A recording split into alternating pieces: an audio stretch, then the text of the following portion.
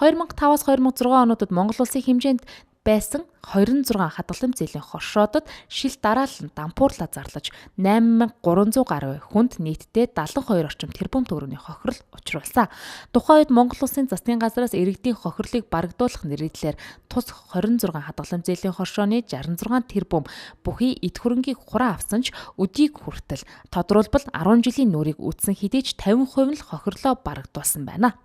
Өнөөдөр хэвлэлийн хурал хийгээд өнөөдөр шийдлийн засгийн газар шийдвэрээ гартал нь хууль зүйн яам дээр хувьцаагаас суулт хийхэд зарлаад энэ өргөдлийн банкны хороонд 200 гаруй хүний өргөдөл дээр нь 59 хүний нас орсныг гэрчлэгээтэй судалгаатай нөхөх гэж байна. Барагдуулаагүй 6000 хүн байгаа. Яг 7 сараас ахуулаад бүтэн жил орчим явж байгаа улсууд бол яг 200 хүн байгаа байхгүй. Хохирогчд хохирлоо барагдуулсан байгаа юм чинь үлдсэн улсууд бас өргөдөл гомдлоо өгөөд өөрсдийнхөө бас эрхийнхээ төлөө бүтэн жил яваад өнөөдөр энэ асуудал шийдэгдэхгүй байгаа байхгүй.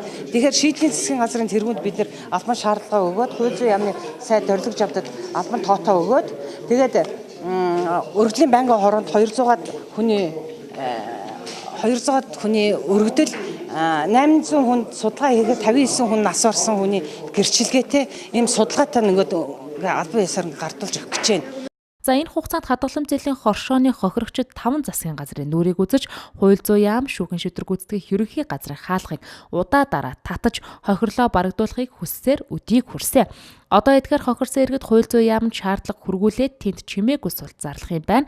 Харин тус суулт зарлах хугацаанд хариуг өгөхгүй бол үлсгэлэн болгоно гэдгээ албан ёсоор мэдгдлээ. Үгүй яах вэ зүгээр энэ бол нэг байтугай тэрүүм төгөрөг гарахад байсан л да. Тэгэд хамгийн гол нь одоо хууль зүйн яам шүүхэн шийдвэр гүйцэтгэх газрын алба ерөөсөн огт ажиллахгүй байгаа байхгүй юу?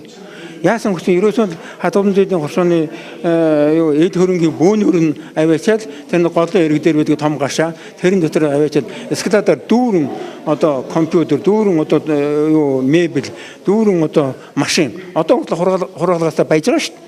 Тийм энэ үнийг тухайн үед нь одоо энэ чинь улсын хурлын одоо дандаа хуугийн энкурсд өөрөө хүртэл үзсэн энэ болгонд нь бол одоо баталгаатай зөвш. Тэгээд яасан гэвэл энэ болгоныг зараад борлуулаад тухайн үед нь одоо асуудал шийдчих байсан юмыг хууль биелүү би хамгийн гол нь хууль биелүүлсэнгүй л гэдэг гомдол гаргаад байсан нь одоо тэр шүү дээ.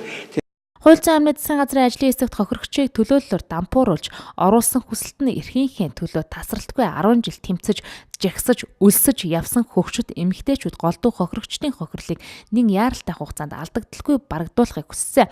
2014 оны 7 дугаар сараас засгийн газрын ажлын хэсгийн хүрээнд шийдвэрлэж болох энэ асуудлыг зориудаар удаашруулан байгууллага хороонд хохирогчийг чирэгдүүлж бүтэн жил явуулж байгаа нь бидний тэсвэр төвчээрийг барагдууллаа. За тиймээс бид тодорхой хариу эртэл суулт зарлаж байгаагаа мэдэгдэж байна гэж хэллээ.